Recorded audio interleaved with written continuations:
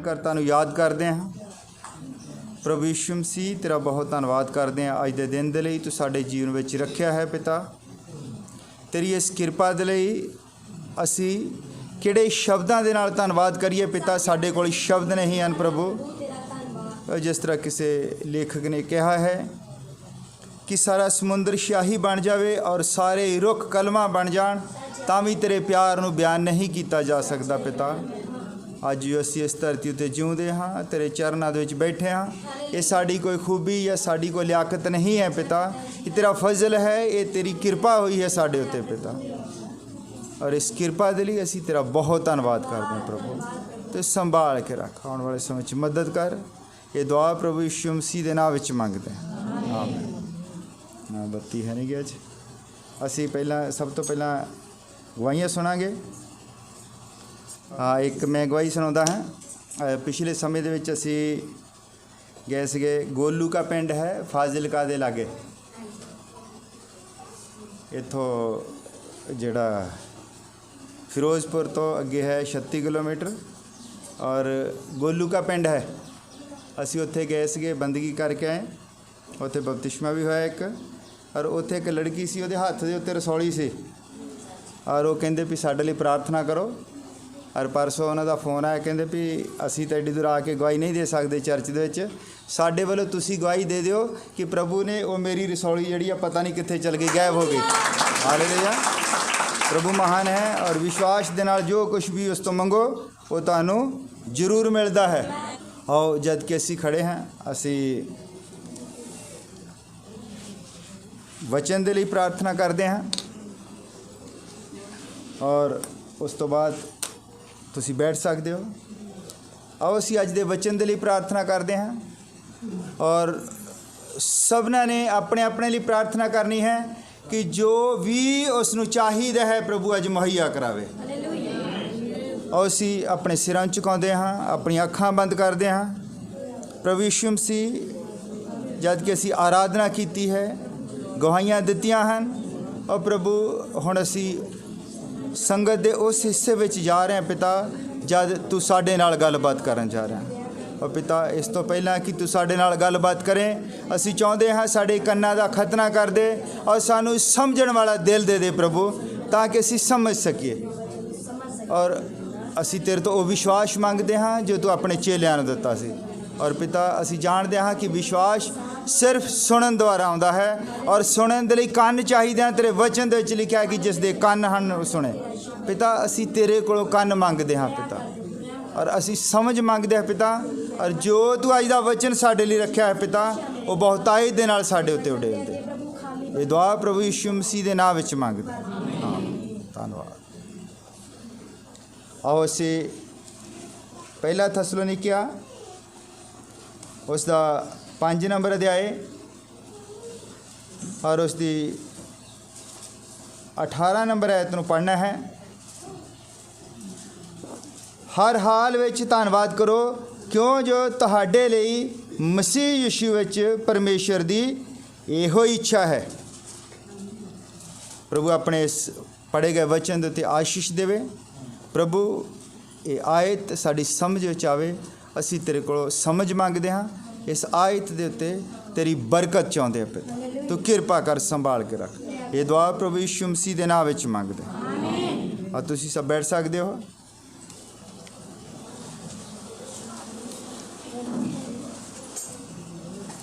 Hallelujah, सारे जय मसीह दी।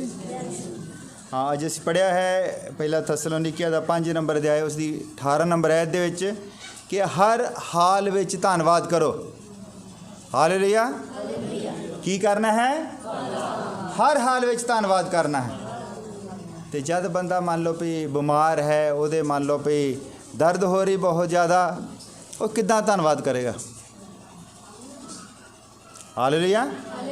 अज असीं यही जानना है कि असी किद्दां करना है धन्नवाद।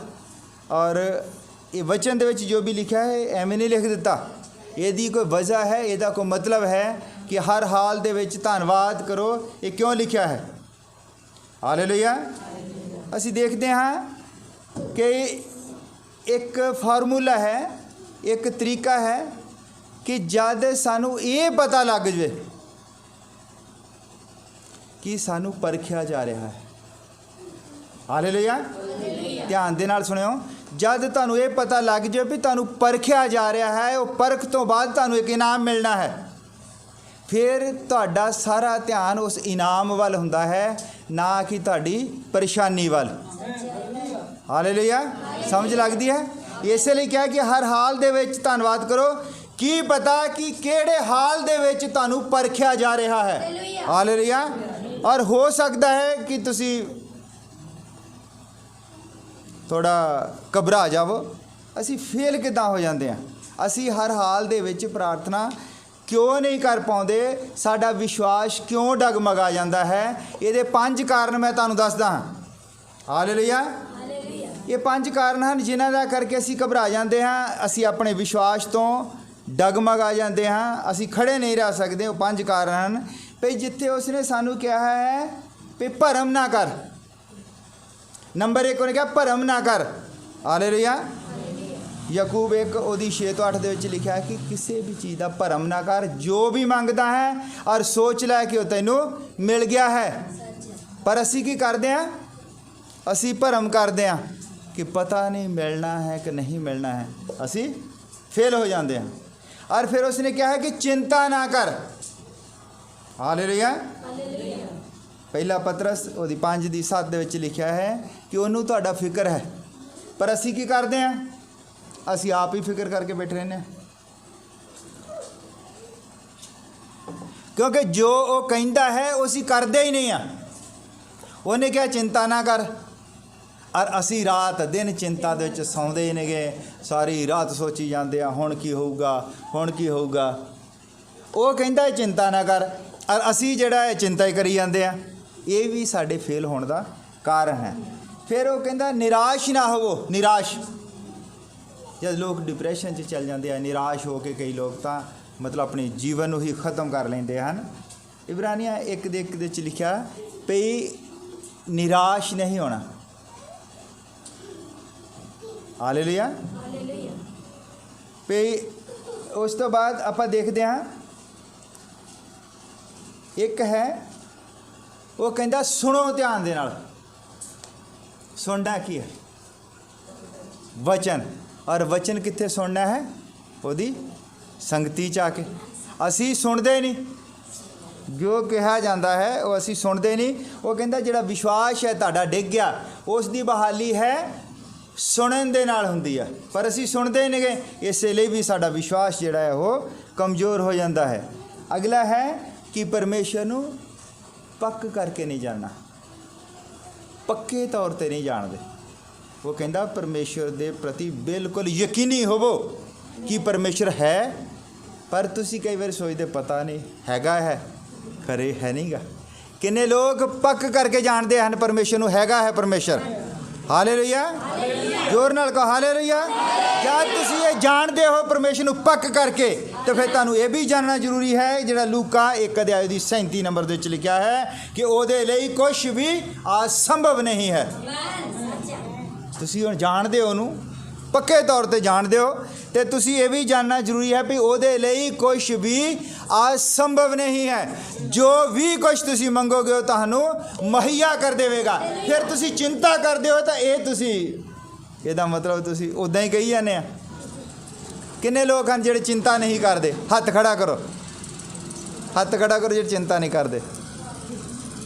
झूठ नहीं बोलना, चिंता ही जिहड़ी है सानू साडे विश्वास तो सुट देंदी है। अज मैं गल करनी है, मेरा विषय है कि समय दे परखे हुए विश्वासी। हालेलुया। जब तुहानू पता लग जाएगा कि किहड़ा समा है जब असी परखे जाते हैं, तो फिर तुसी उहदे विचों जोर नाल निकल आउंदे हो। हालेलुया। और असी अज गल करनी है इस विषय दे उत्ते कि समय दे परखे हुए विश्वासी। हालेलुया। असी गल करते हैं अब्राहम जो असी ओनू एवें नहीं चुक के परमेश्वर ने सारे विश्वासियों का पिता बना दिता। हालेलुया। पर ओदी एक वजह है, एक समा आया जब उसनू परखिया गया। 100 साल की उम्र दे विच उस नूं एक पुत्र दिता गया और परमेश्वर उहदे सुपने दे विच आउंदा है, उहनूं दर्शन दिंदा है और कहंदा भी मैनूं बलि चाहीदी है। वो कहंदा किहदी, क्योंकि बलियां तो दिंदे ही सीगे, ਉਹ ਸਭੋ ਕੁਛ बैलों दियाँ बकरियां दियाँ भेडां दियां बलियां दिंदे ही रहिंदे सीगे। पर जब परमेश्वर कहंदा मैनूं बलि चाहीदी है तो वह कहंदा कि काहदी बलि चाहीदी है? वह कहंदा तेरे इकलौते पुत्र दी।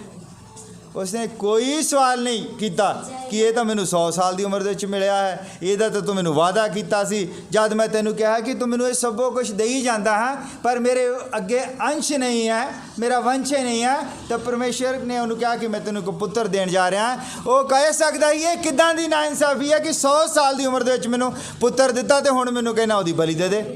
पर उन्हें कुछ नहीं कहा, क्योंकि वो जानता सीगा कि असी समय की परख दे विच दी बाहर निकलना है। हालेलुया। और वो अपने पुत्र नूं लैके नाल और उन्हें अपने पुत्र दे उत्ते लकड़ियां ही रखियां, कहंदा लकड़ियां दी पंड चक ला, और आप जो है वो नाल नाल तुर पिया। और जद उसने उन्हें सबो कुछ पता सी, और जिथे वो पहाड़ी दे उत्ते जाके बलियां दिंदे हुंदे सी, और उन्हें जाके उत्थे ओहदी एक लकड़ियां दी बेदी बनाई, चिखाजी बनाई, ਉਹਦੇ ਉੱਤੇ लड़के ਨੂੰ पा दिता। और उसने अपनी तलवार चुक के जो दे मारने लगा।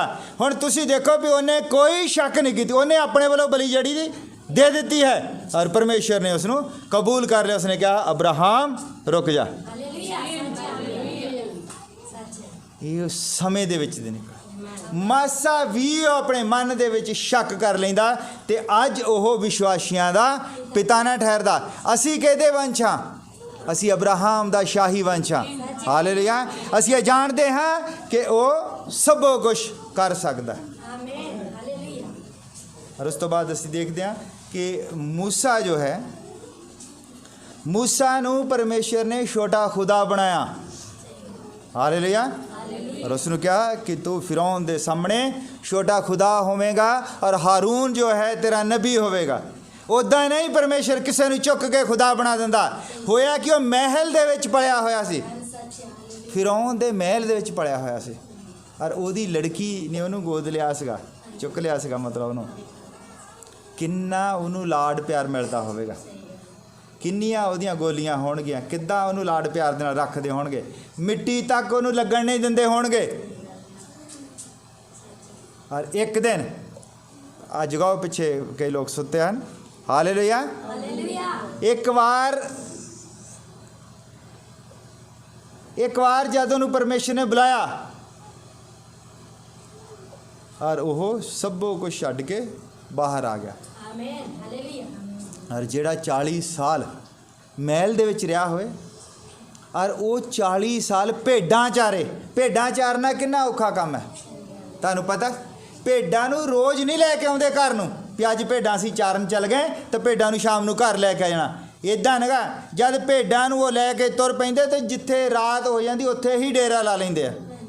जिहड़ा महल दे विच शाही पलंग दे उत्ते सौण वाला बंदा जद उसनूं बाहर ठंड दे विच सौना पै रहा होएगा बिना किसी छत तो वो भी गिला कर सकदा सी, पर नहीं, वो जानदा सी कि मैं समय की परख दे विच दी निकलना है। और उसने 40 साल जद उत्थे भेडां चारियां, परमेश्वर जो उसनूं ट्रेंड कर रहा सी, और फिर परमेश्वर ने उसनूं दर्शन दिता। हालेलुया। और उन्होंने इन्नी समर्थ दी कि उन्होंने कहा भी तेरे हत्थ दे विच जिहड़ा टांगा है तू अगर इसनूं थले रख देवेगा तो सप बन जाएगा। वो सही टांगे नूं लाल समुंदर के उत्ते मारदा है तो पानी जिहड़ा है 2 भाग हो जाता है। उस तो पहला सब कुछ होवे मूसा एक परख दे विच दी निकलिया है।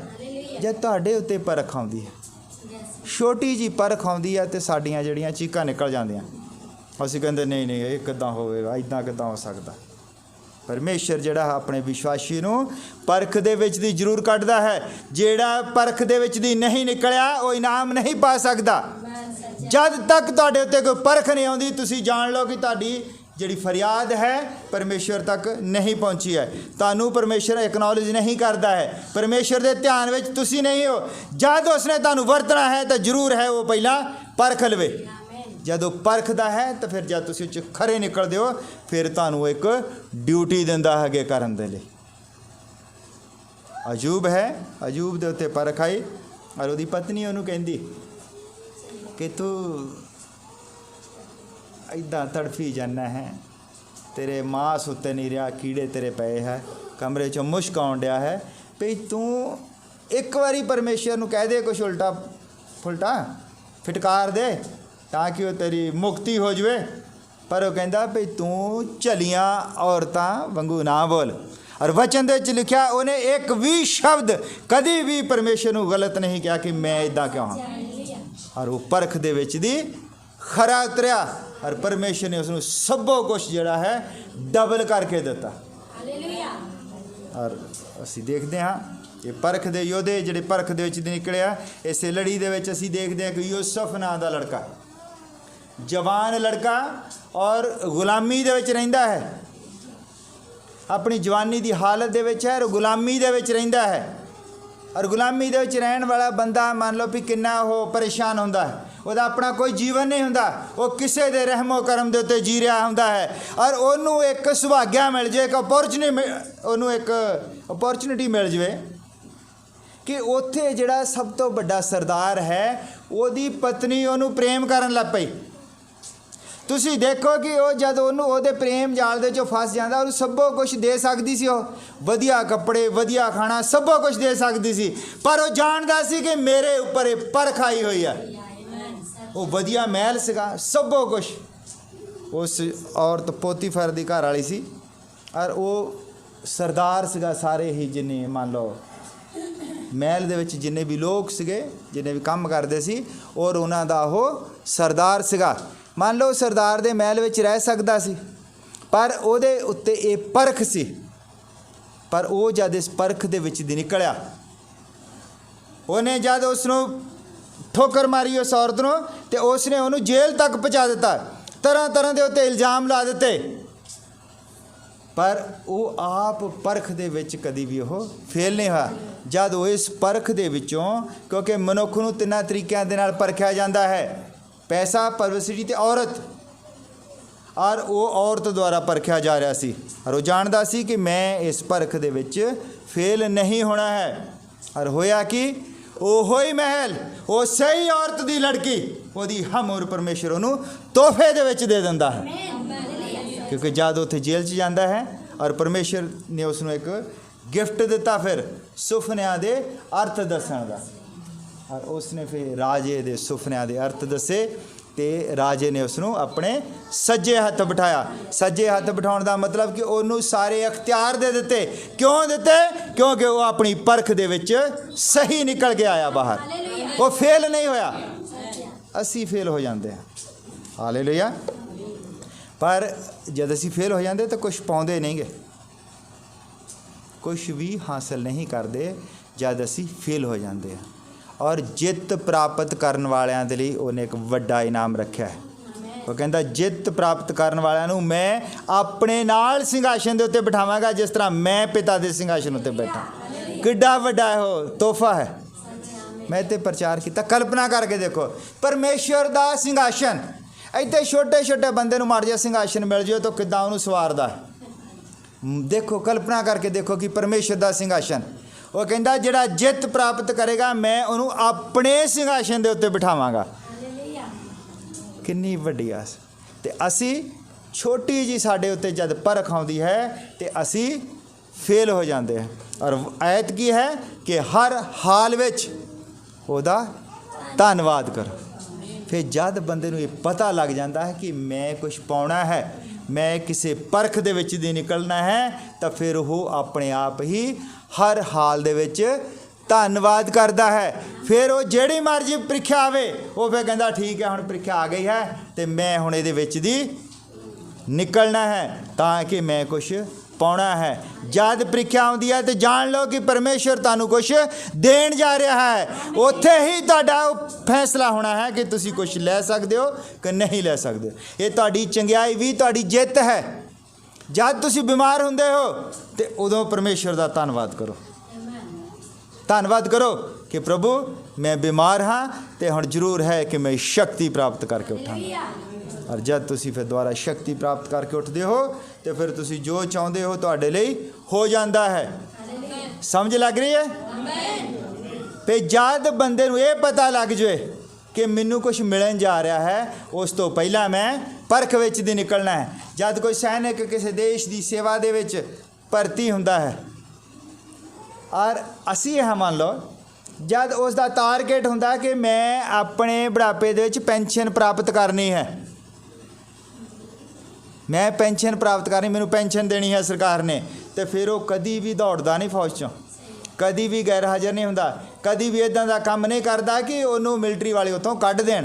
भावें उत्थे उन्होंने रात दिन दड़ाई जाण, चाहे उन्होंने वो सियाचन दी पहाड़ियां दे उत्ते खड़ा होना पवे, चाहे उन्होंने जिथे मर्जी खड़ा होना पवे, सारी रात ड्यूटी करनी पवे, क्योंकि उसनू पता है कि मैं एक कुछ हासिल करना है। जद तुहानू ये पता लग जाता कि तुहानू कुछ मिलन जा रहा है तो तुहाडा कष्ट जिहड़ा है वो तुहाडे सामने कुछ नहीं रहिंदा। यह फार्मूला है अपनी चंगियाई प्राप्त करन दा, दुखों के उत्ते जित प्राप्त करन दा यह फार्मूला है। जद तुहानू पता लग जाए भी दुख मेरे उत्ते आया क्यों है, तुसी दुख नू कुछ वड्डा ना समझो। और वचन दे विच लिखा है कि वो साडे दुख नालों किते वड्डा है, जिहड़ा उहनूं ठीक कर सकता है। हालेलुया। जिड्डा मर्जी वड्डा दुख होवे, जो साडे दिमाग दे विच गल आ जाती कि दुख मेरे ते आया क्यों है, और फिर जदों तुसीं समझ लैंदे हो इस गल नूं, और ये गल्लां समझदा बंदा तद ही है जदों संगतियां दे विच बणिया रहिंदा, जदों वो वचन सुणदा है, फिर उन्होंने इन्हां चीज़ां दी समझ आउंदी है। हालेलुया। जद तुहानूं ये पता लग गया भी दुख हुण आया है तो मैनूं कोई इनाम मिलन जा रहा है, तुसीं फिर दुख नूं ये नहीं कहिंदे कि दुख मेरे तो परे हो जा, तुहाडा सारा निशाना उस इनाम बल है। और जब तुसी उस दुख दे उत्ते जित प्राप्त कर लेंदे हो तो फिर तुहानूं वो एक इनाम दिंदा है। हालेलुया।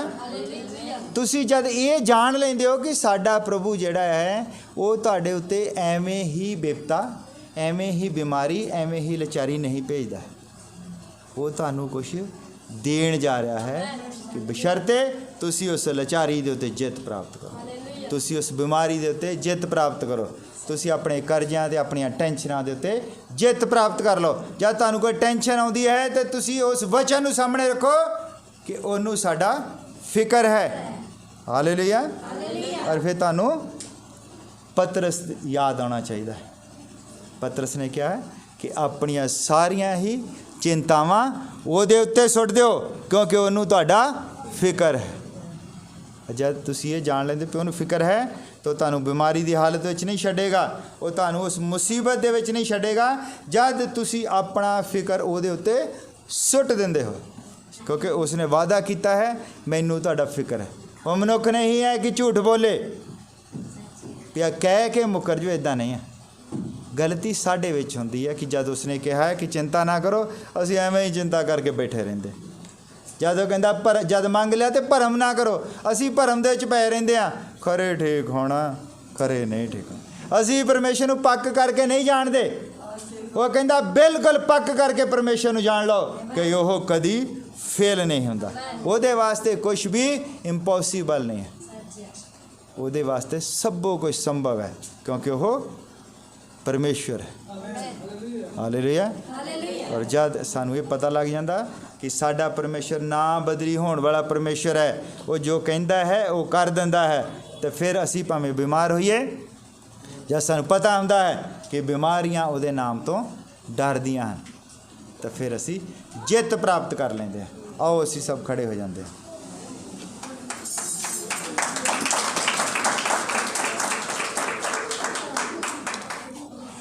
आओ असी अपने सिरां नूं दुआ विच झुकाउंदे हां, अपनी अखां नूं बंद करदे हां।